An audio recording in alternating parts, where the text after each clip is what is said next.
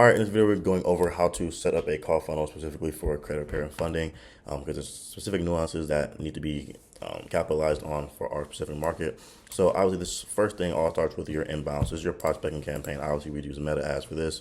To open this up, what concept I like to think about is what we put on the front end is going to determine where we get on these calls.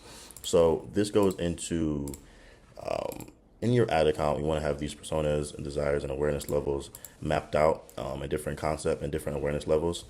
This looks like persona being business owner, persona being prospective mortgage homeowner, mortgage, someone looking to get a mortgage, et cetera, someone looking for business funding. There's a bunch of different personas and angles you can kind of go and target. Now, for each one of those personas, you're going to want a certain copy style to call out the pain points that that specific persona has, and I'll cover that later. But the point is to get a certain persona and match it with a couple different awareness levels, at least just to start your campaign, so you can kind of get a full spread of awareness spectrum, and then from there diving into pain points, and then obviously your copy carries and it goes into your call to action, and it goes into your offer, right? We don't have to worry about a retargeting campaign until you're at least a couple $100 a day in ad spend. Most people don't start there, so we don't really worry about that until that comes. That usually comes in when we have proven ad campaigns, and then we're looking to create custom audiences and do things based on hold rate, throughput, and exclusions with opt-in. Now onto your site. So this is where your actual funnel comes into play. This is how we structure our funnels, and I feel like this is the best practice to follow. On your site, we have a couple different things. So it's gonna have your first thing is gonna be your opt-in page. You're gonna have your header, your VSL, your book a call, and then your conviction copy, and then some testimonials. From there, it's going to take them to an application. Now, for us, we use High Level, and you can use whatever CRM you want. We have a native integration already set up, so what you can use Zapier to go into any CRM you want to use. For this, the application event is Fire, which goes to your Pixel. We'll cover Pixel stuff later. Application is fired, and then from there we go to the qualified page or the disqualified page. Now, in between this, we have conditional logic going within Go High Level, routing people based on how they fill out the form. So if we go back to the top, let's take, for example, we're going for people who are looking to buy a home. Based on the ad as they're running on the front end, prospective home buyers who probably have bad credit are looking to come to the site to get a solution for their problem. Now, based on their situation, whether they have money, they don't, they need their credit fixed or don't, we don't want to just talk to anyone on the phone. So we want to filter out through these qualified or disqualified pages. Let's say a qualified lead for you is someone that has $2,000 in free cash available, is looking to apply for a home in 2 months, whatever the case might be, and is willing to invest into a solution for their credit, right, to get that home. A disqualified person would look something like, hey, I'm not even in the market for getting a home right now. I have $500 to my name, but I want a home. Maybe I kind of want to talk to somebody about that solution. And you're going to be able to see the difference between certain form fills and who is a qualified person, who you want your Facebook to actually go and find someone similar to that and not. So we do that with the SMAP application event, and then we do that with the schedule event. So after that person, that qualified booking, that person that has the money, that has the intent, that is your ICP, they get hit with a schedule event that goes back to your Facebook pixel, so that Facebook, going forward, it now finds people who are more likely to submit the event for schedule that are qualified based on the conditional logic from our CRM. Now they go to a qualified confirmation page if they're qualified. They go to a DQ confirmation page if they're disqualified. Now you can do some other things here where you might want to do a downsell to a community, or maybe downsell to something else, or yada yada. For most of the campaigns we're looking at, or for at least for someone running something very simple, you're probably not looking to do that up front. Usually that's something you want to do. You have some more data on your DQs, and maybe there's something else you can do to change that.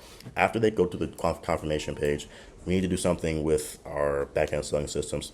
So this is a post-booking VSL. So similar to the VSL they will watch on your front end, you need a matching or a VSL in the same voice as that first VSL that person watched.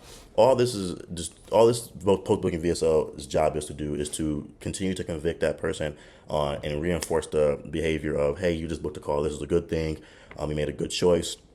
and then giving them a reason to show up to that call. Because again, you're going to get drop off naturally with ad campaign. People are not going to show up. People are not going to do the action that you are having them attempt to do.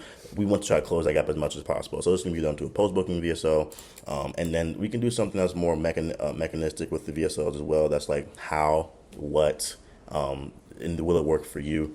And that kind of goes into your prospecting and your aspect. Your awareness levels that you want to hit, and not, that person might want a more specific or a more thorough overview of how specifically you help that type of person. And then once they're in your CRM, you're gonna have your backend automations that's gonna help that person confirm the call, etc.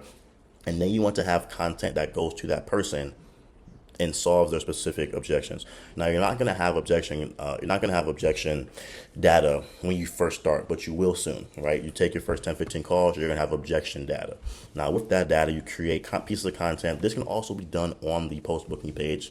But you want to do both, is those breakout videos on your post booking page. Then on your back end, you want to have the value or hero content that helps that person overcome those internal thoughts they have and objections they already had. So that way, when they show up to the call, it's a little bit more easier for you, and they're already pre-convicted on why the offer will work for them specifically.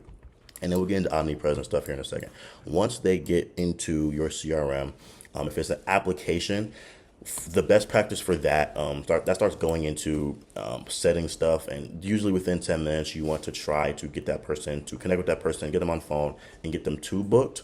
If they do end up booked, this is where you set up some type of reminder email. This would also play into your hero value content. You would throw this in here as well. Here, SMS, email, and then add to calendar. So that way they get the email notifications and et cetera, et cetera. So once they came through here, this is something that again, you can run for the vast majority of people who are going to be at a couple hundred, maybe $550 to $100 a day in ad spend, your funnel can stop here until you get enough data to do these next things. For people who are spending a little bit more, this is where omnipresent nurturing campaign comes in, or similar to potentially a profile funnel. This is what helps people maybe who say they clicked off, or say they only watched half of your video, or say they didn't, opt in all the way through. There's a pot of people who there might just be something missing for them specifically. That's why it didn't convert to a call or application, right? There's where you throw omnipresent stuff in here, and this is through your content. Now, how to set up a profile funnel is depending upon the outcome you're looking for. It can be done a bunch of different ways, but the main things you want to cover is objection handling, how it works, and a case study. These are going to be your bread and butter as far as something that is for the purpose of winning over people who either were cold or they just didn't. There was, again, something missing for them. This looks like a mirror board video going over common objections, a case study, you on a Zoom with a client after they've gotten a win, or whatever the case might be, after you fix their credit, etc. And then how it works, going over what you do, how you do it, and how you're better than other people. This goes out as a separate campaign and retargets people who have interacted with your content, targeting based on how long they stayed, and et cetera, et cetera.